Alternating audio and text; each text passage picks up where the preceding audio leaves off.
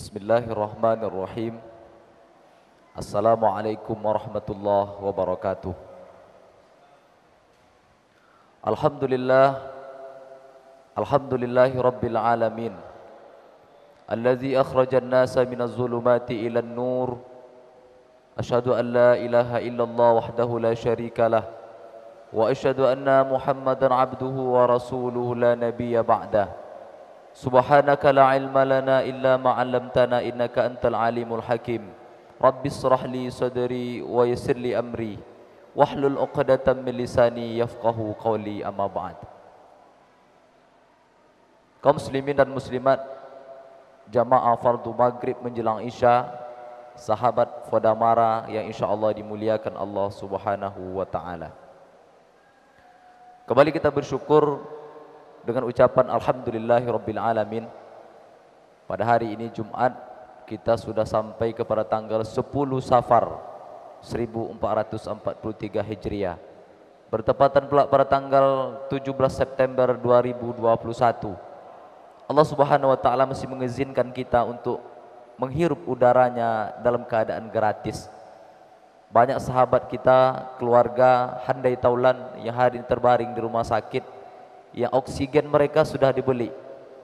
Maka hari ini kita bersyukur kepada Allah, udara itu masih gratis, sehingga kita tanpa bantuan kita masih bisa beribadah kepada Allah Subhanahu wa taala.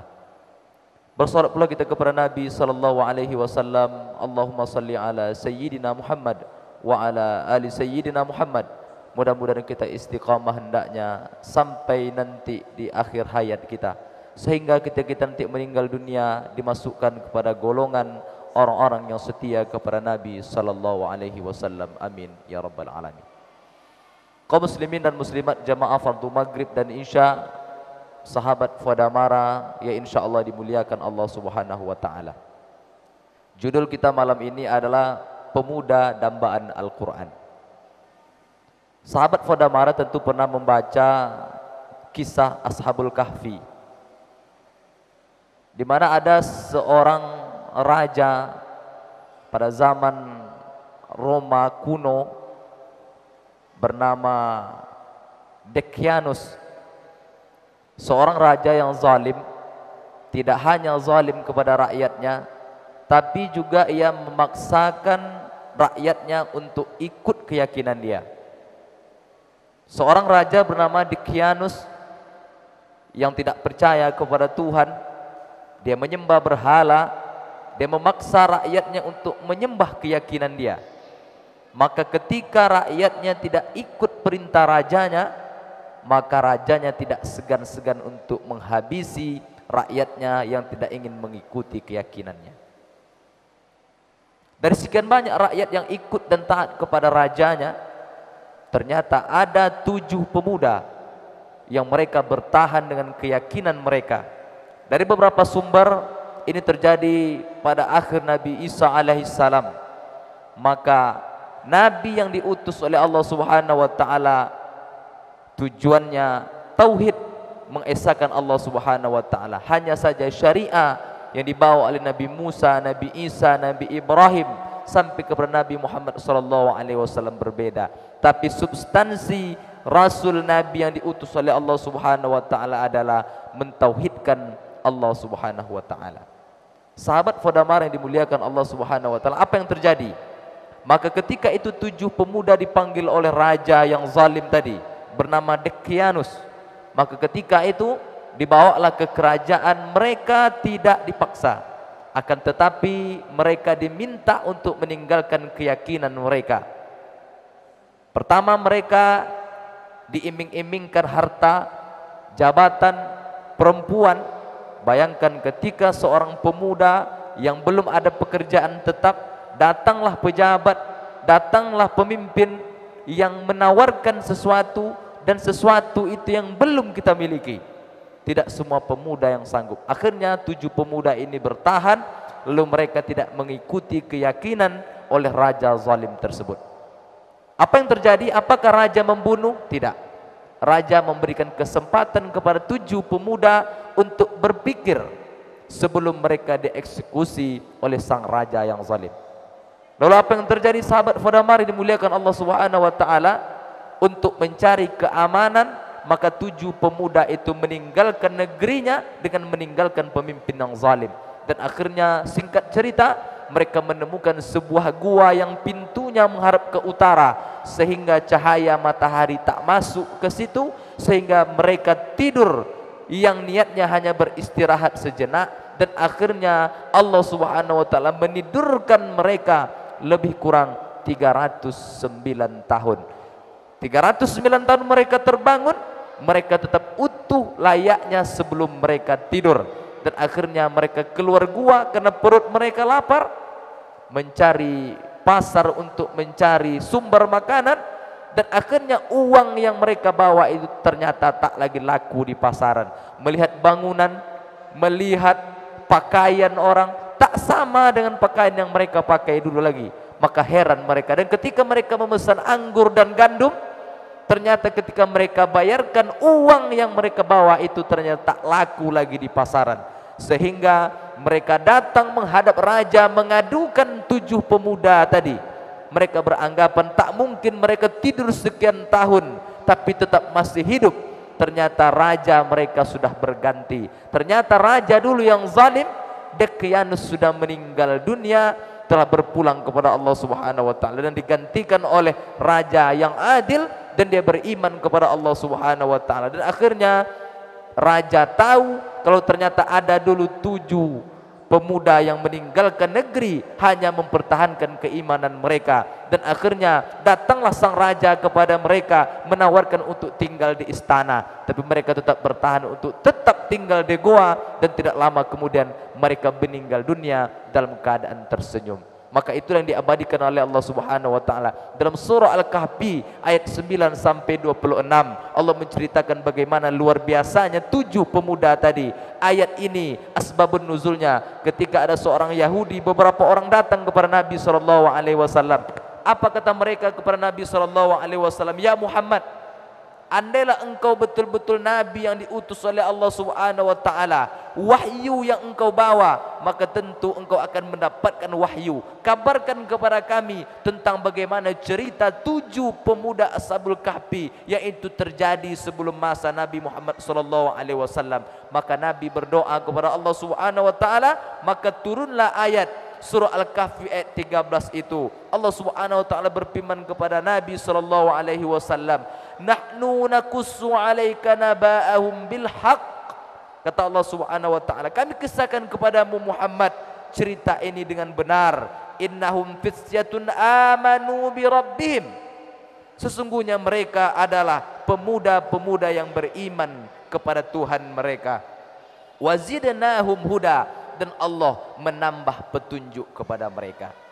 Sahabat Fadamara yang dimuliakan Allah Subhanahu wa taala, dalam kisah ini paling tidak ada 2 hikmah yang bisa kita ambil. Yang pertama adalah orang akan bertahan dengan keimanan apapun tantangan dan resikonya. Bahkan mati pun akan mereka tanggung untuk mempertahankan akidah mereka. Sahabat Fadamara yang dimuliakan Allah Subhanahu wa taala, bahkan banyak cerita sahabat-sahabat bagaimana dulu Bilal bin Rabah ditarik, disiksa, bahkan mereka hampir dibunuh. Tapi Bilal bin Rabah tetap mengatakan Ahad, Ahad. Dia tetap mengaku Allah itu satu. Mereka tak hanya tidak tergiur dengan harta, jabatan, wanita yang ditawarkan oleh sang raja. Bahkan ketika disiksa pun nyawa taruhan, berpisah dengan keluarga, berpisah dengan orang-orang yang kita sayangi, diambil harta mereka. Maka resiko untuk memperjuangkan akidah dan tauhid yang betul kepada Allah Subhanahu wa taala. Lalu yang kedua, ketika kita betul-betul beriman, yakin pertolongan Allah Subhanahu wa taala itu ada, maka Allah akan datang di waktu yang tepat dan di masa yang tepat. Berapa banyak kita tak yakin dengan pertolongan Allah Subhanahu wa taala. Kita merasa ketika musibah, ujian datang, kita merasa itulah puncak dari ujian selama kita hidup. Tapi ternyata kalaulah Allah memberitahu kita, itu hanya sebagian kecil musibah yang Allah timpakan kepada kita. Musibah diambil dari kata asaba. Asaba bermakna sesuatu yang ditimpakan oleh Allah Subhanahu wa taala. Maka ketika hujan turun, kita berdoa kepada Allah, Allahumma sayyiban nafi'an. Sayyibah diambil dari kata asaba, sesuatu yang ditimpakan oleh Allah Subhanahu wa taala. Hanya saja kita sering keliru memahami musibah.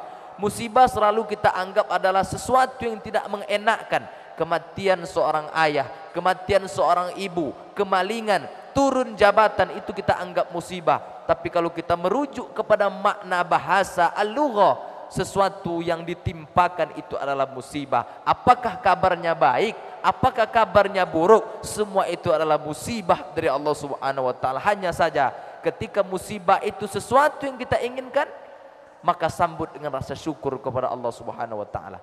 Tapi bila yang datang tidak sesuai dengan keinginan kita, maka mesti disambut dengan kesabaran. Sesuatu yang datang baik atau buruk, secara bahasa itu adalah musibah dari Allah Subhanahu wa taala. Maka dua hikmah yang bisa kita ambil dari peristiwa kisah 7 pemuda dengan 1 ekor anjingnya adalah mesti berani bertahan, berjuang dengan mempertahankan akidah yang betul walaupun nyawa tantangan. Yang kedua adalah timbulkan keyakinan ketika kita berada di jalan yang betul, berada di jalan yang benar, maka insya Allah pertolongan Allah akan datang pada masanya. Allah lebih tahu kapan petunjuk itu datang daripada hamba yang tidak diberikan kapasitas tahu kapan hidayah itu datang. Sahabat Fadamara yang dimuliakan Allah Subhanahu wa taala, maka mereka, produktivitas mereka adalah melebihi usia mereka dan kreativitas mereka melebihi zamannya. Maka itulah alasannya diabadikan oleh Allah Subhanahu wa taala. Sahabat Fadamara yang dimuliakan Allah Subhanahu wa taala, lalu berjalan waktu, ilmu, teknologi berkembang, maka kita hidup tak lagi zaman Nabi Muhammad sallallahu alaihi wasallam. Kita juga tak hidup pada zaman Khalifah Abu Bakar, Umar, Utsman dan Ali. Kita juga tidak tabi'in, kita juga tidak tabi'in. Kita sudah jauh ditinggalkan oleh Nabi sallallahu alaihi wasallam. Maka tentu ujian, cobaan, pengaruh akidah yang luar biasa akan kita hadapi.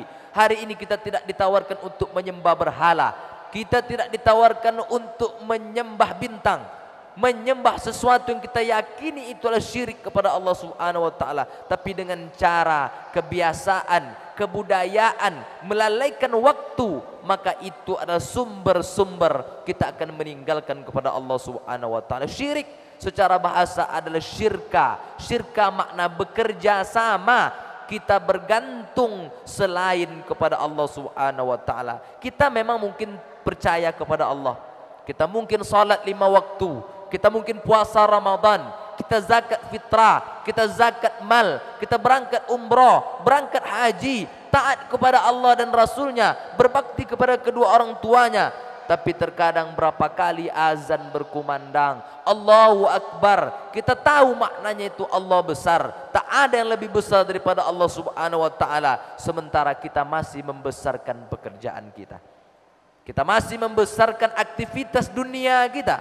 Bagaimana mungkin kita mengatakan Allahu Akbar, Allah Maha Besar, sementara kaki tak sanggup melangkah ke masjid meninggalkan kegiatan duniawi. Kita tak berani meninggalkan penghasilan hanya 20.000, 30.000, 100.000 sehari, hanya 5 menit menghadap Allah Subhanahu wa taala. Ternyata hari ini kita masih menganggap bos yang akan memberikan gaji memang dari tangan mereka Allah titipkan rezeki kita. Tapi ingatlah, dari siapapun sumber rezeki kita, dimanapun kita bekerja, hati mereka siapa yang menggerakkan kalau bukan Allah Subhanahu wa taala? Maka kita kejar sang pemiliknya. Ketika Allah Subhanahu wa taala merasa kita ini merasa dipantau oleh Allah Subhanahu wa taala, maka tak sedetik pun kita berani meninggalkan Allah Subhanahu wa taala. Maka salat secara bahasa pun bermakna zikir. Zikir pun bermakna ingat. Maka ada orang yang keliru memahami salat. Apakah engkau selesai melaksanakan salat? Salat maknanya zikir.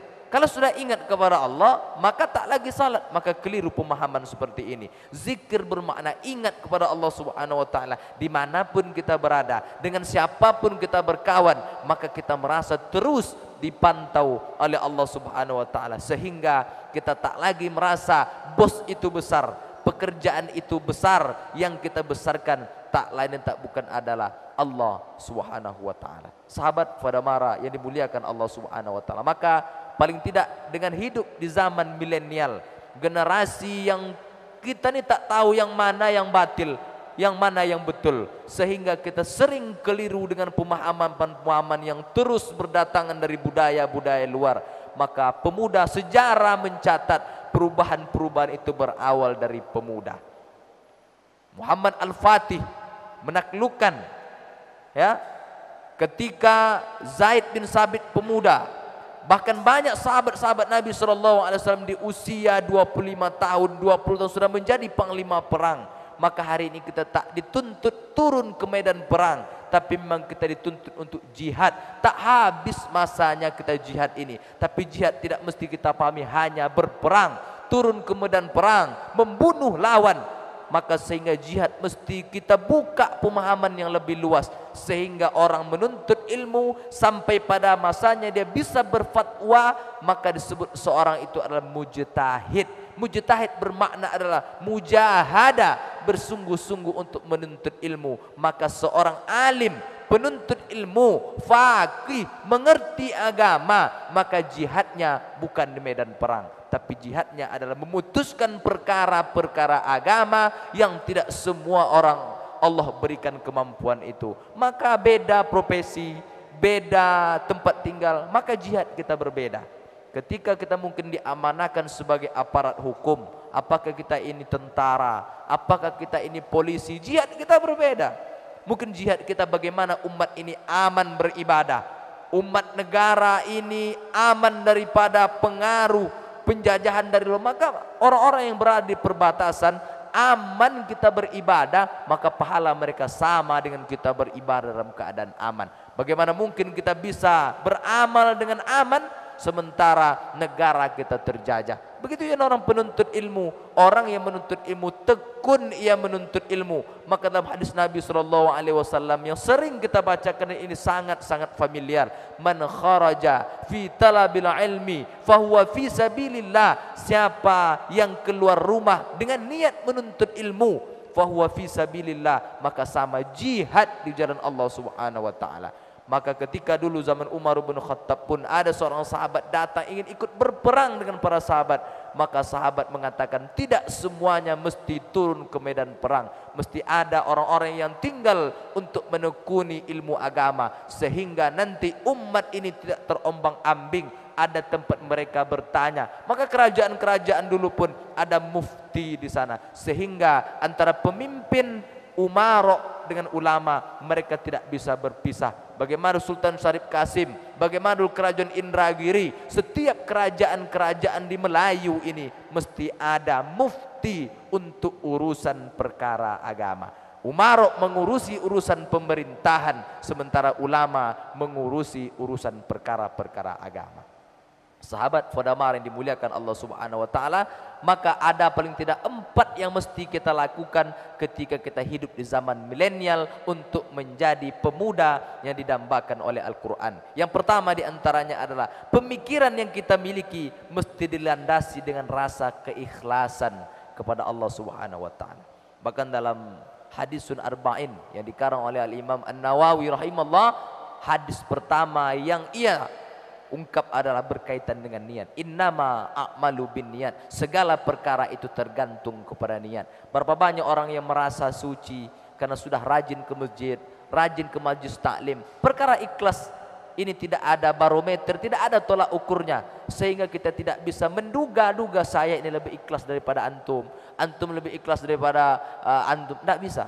Karena ikhlas itu betul-betul tidak bisa kita tunjukkan ini ikhlas saya. Tapi bukti ikhlas kita beribadah, ada rasa nikmat dalam ibadah. Ketika kita tidak merasakan kenikmatan ibadah, maka mesti dipertanyakan ikhlas beribadah kepada Allah Subhanahu wa taala. Hukum fikih bisa mengukur apakah ibadah kita yang kita lakukan syarat dan rukunnya terpenuhi, maka sah secara fikih. Tapi berkaitan diterima oleh Allah Subhanahu wa taala tidak ada jaminan. Maka kita selalu berdoa kepada Allah Subhanahu wa taala, ya Allah, berikan kami ilmu yang bermanfaat, berikan kami rezeki yang halalan thayyibah, dan berikan kami adalah pemahaman amal ibadah yang diterima oleh Allah Subhanahu wa taala. Berapa banyak orang ketika habis masanya beribadah, tapi kalau hati ini merasa pamrih yang hanya ingin dipuji oleh sebagian orang, maka bagaikan kayu bakar yang kering, terik matahari, datang api, maka begitulah amal ibadah kita ketika kita lakukan tidak ikhlas karena Allah Subhanahu wa taala. Sahabat Fadomara yang dimuliakan Allah Subhanahu wa taala. Lalu yang kedua, setelah segala ibadah kita niatkan ikhlas karena Allah Subhanahu wa taala. Lalu yang kedua adalah mengabdikan hidup totalitas untuk beribadah kepada Allah Subhanahu wa taala. Banyak orang yang masih menganggap ibadah itu sebatas salat. Banyak orang yang menganggap ibadah itu hanya sebatas puasa. Bahkan beda kita dengan orang yang tidak percaya kepada Allah, di situ bedanya. Tindak tanduk, perkataan, perbuatan, meninggalkan rumah, maka langkah-langkah kita dihitung pahala oleh Allah Subhanahu wa taala. Selama segala aktivitas kita ini kita niatkan lillahi taala. Bahkan setiap niat ibadah kita nawaitu wudu'a li raf'il hadatsil asghari fardhu lillahi taala. Usalli fardhu subhi raka'ataini mustaqbilal qiblati ma'muman lillahi ta'ala. Semuanya karena Allah Subhanahu wa taala. Maka kalau totalitas hidup kita berikan kepada Allah Subhanahu wa taala, tugas kita laksanakan oleh kita, tugas Allah berikan kepada Allah. Terus katanya berusaha mencari rezeki. Tapi pernahkah kita tahu rezeki itu Allah Subhanahu wa taala yang memberikan? Berkaitan rezeki, kata Imam Mutawalli Asy-Sya'rawi, tidak ada hubungan antara pekerjaan dengan penghasilan. Sekilas ini bertentangan bagi kita. Bagaimana mungkin orang yang ingin rezeki lebih sementara ia tidak bekerja? Maka ketika Imam Mutawalli Asy-Sya'rawi memberikan contoh, baru masuk di logika kita. Apa contohnya? Seseorang anak yang hidup 9 bulan 10 hari dalam rahim ibunya, dia tidak bisa bekerja. Ada rezeki untuk dia? Ada. Buktinya dia hidup. Menangis dia ketika dilahirkan. Ketika lahir, dia menyusui, tak bisa bekerja, tak bisa berdoa, tak bisa beribadah kepada Allah. Ada rezekinya? Ada. Bahkan lebih banyak rezeki daripada kita lagi. Maka kata Mutawalli Asy-Sya'rawi, antara rezeki dengan pekerjaan itu tidak ada hubungan. Berapa banyak orang yang berangkat pagi, siang, malam, pulangnya pagi lagi, ekonomi tidak berubah.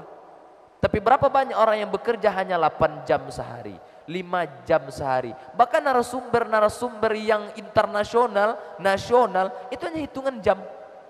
60 menit menjadi narasumber.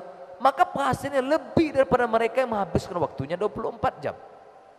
Maka baru kita percaya tugas kita hanya mencari, tapi yang memberi itu mutlak oleh Allah Subhanahu wa taala. Sahabat Fadomara yang dimuliakan Allah Subhanahu wa taala. Lalu yang ketiga, apa yang mesti kita lakukan adalah jangan pernah berhenti menuntut ilmu. Jangan pernah merasa puas dengan ilmu yang kita miliki. Jangan pernah merasa cukup dengan apa yang kita dapatkan di sekolah, di pesantren, di kampus. Utubul ilmi minal mahdi ilal lahdi.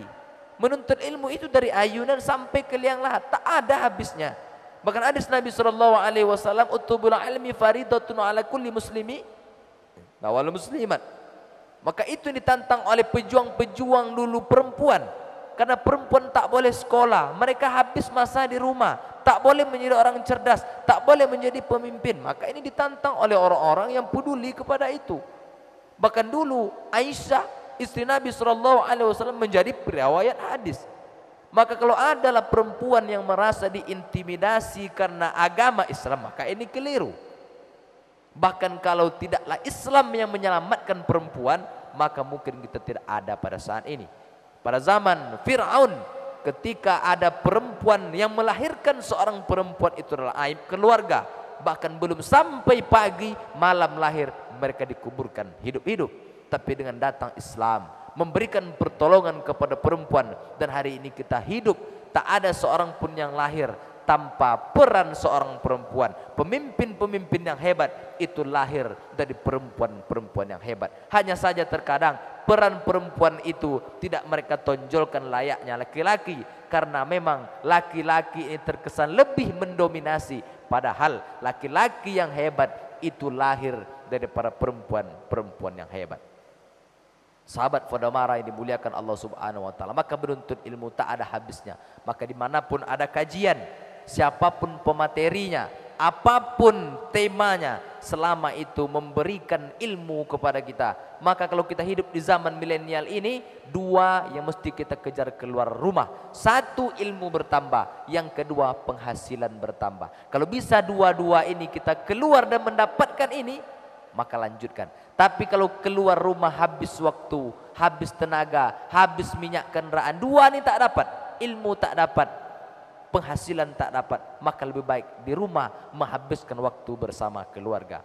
Sahabat Fadamara dimuliakan Allah Subhanahu wa taala, maka orang-orang yang berilmu dijanjikan oleh Allah Subhanahu wa taala, yarfa'illahu alladhina amanu minkum walladzina utul ilma darajat. Orang-orang yang beriman kata Allah Subhanahu wa taala dan berilmu pengetahuan diangkat beberapa derajat. Maka realita kita lihat, berapa banyak orang yang mungkin dia tidak kaya, mungkin secara jabatan dia tidak ada, tapi kalau dia berilmu, maka Tuhan yang akan mengangkat derajatnya.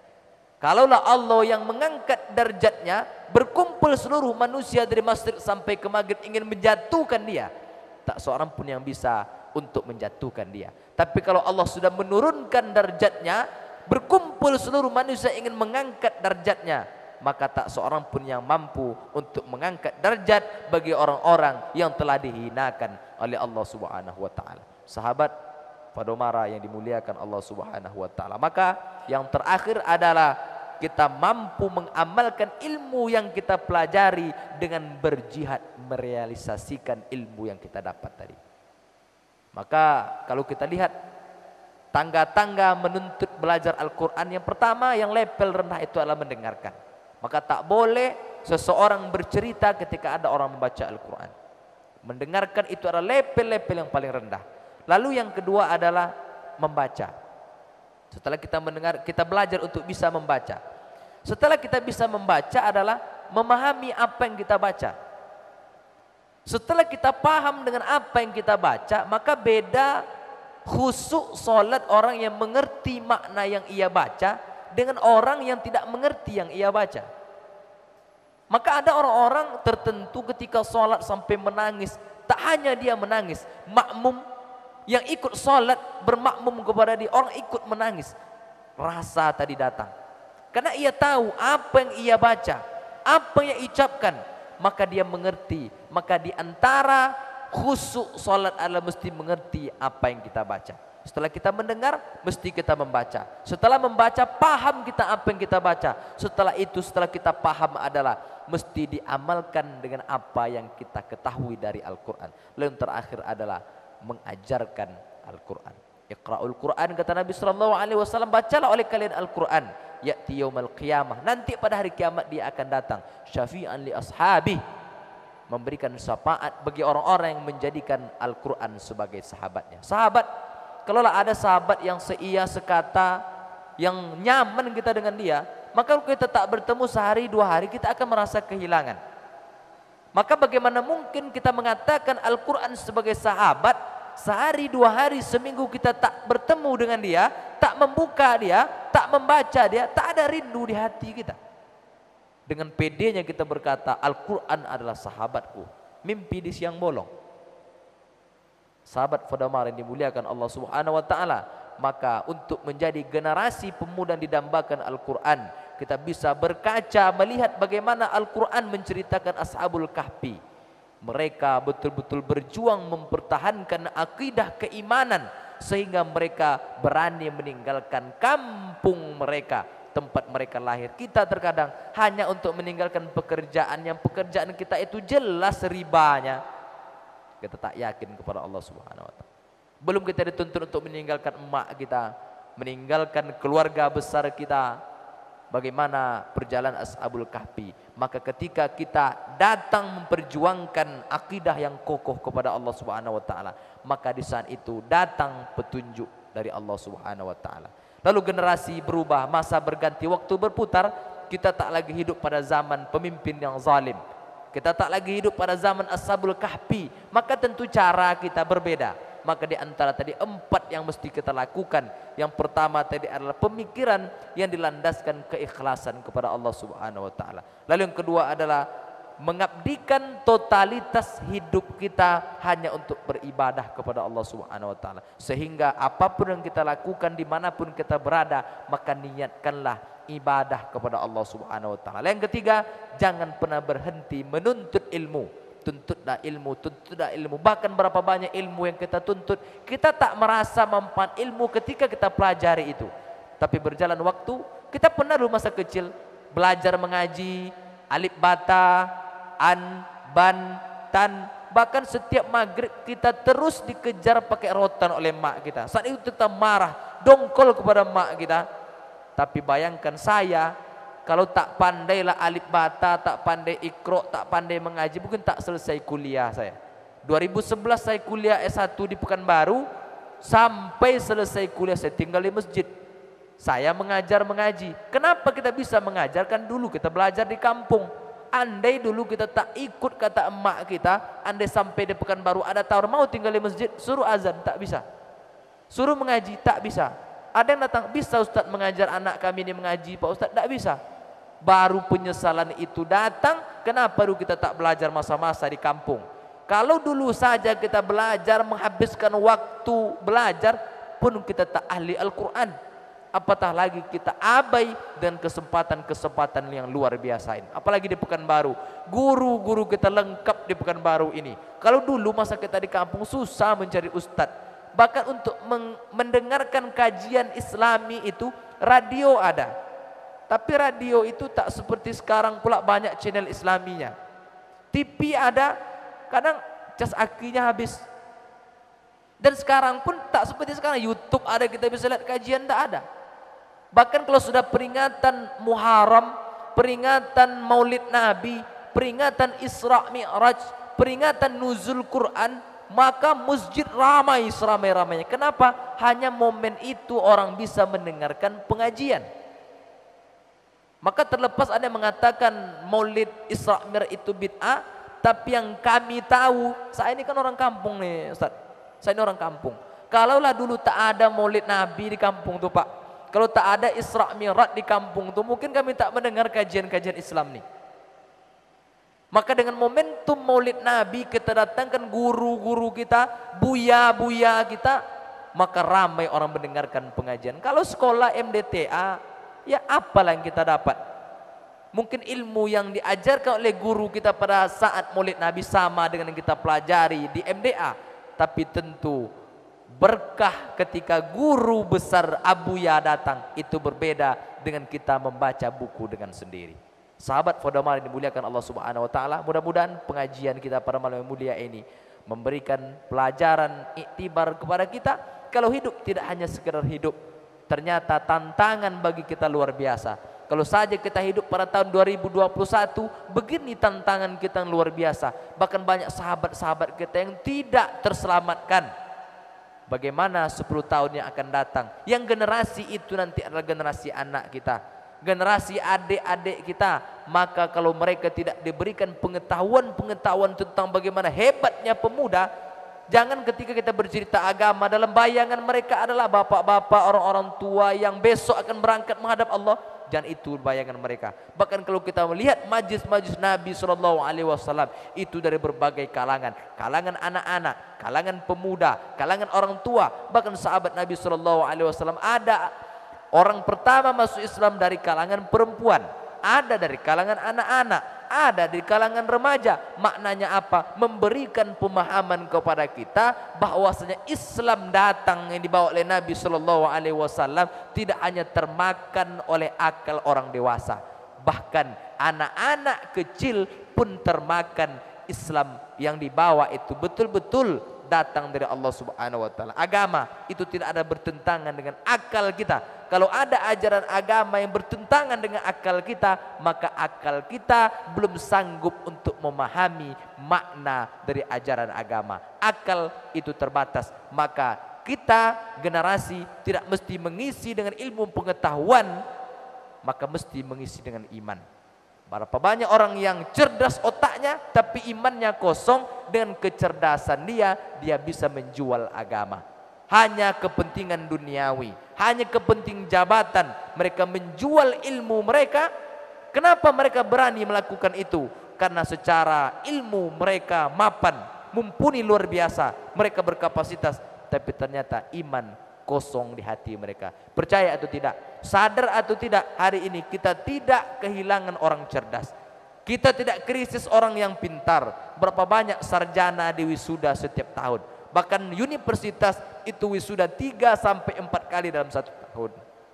Doktor, magister, tapi berjalan waktu tingkat korupsi semakin bertambah. Maknanya apa? Maknanya apa, akhi? Maknanya kita tidak hanya krisis orang-orang cerdas. Orang cerdas akan terus ada, tapi hari ini kita krisis kejujuran dan iman bagi setiap individu. Tapi kita yakin dan percaya, dengan hari ini orang sudah mulai kembali kepada agama. Majlis-majlis taklim sudah mulai hidup. Harapan kita, kalaupun kita tidak bisa merubah generasi ini, minimal generasi kita nanti, harapan kita sebagaimana doakan Nabi Ibrahim alaihissalam, menjadi negeri yang baldatun thayyibatun wa rabbun ghafur. Amin ya rabbal alamin. Selama penyampaian ini banyak bahasa mungkin tidak pada tempatnya. Kepada Allah kami memohon ampun, kepada sahabat Fodamara kami memohon maaf. Subhanakallah bihamdika asyhadu an la ilaha illa anta nastaghfiruka wa natubu ilaik. Wassalamualaikum warahmatullahi wabarakatuh.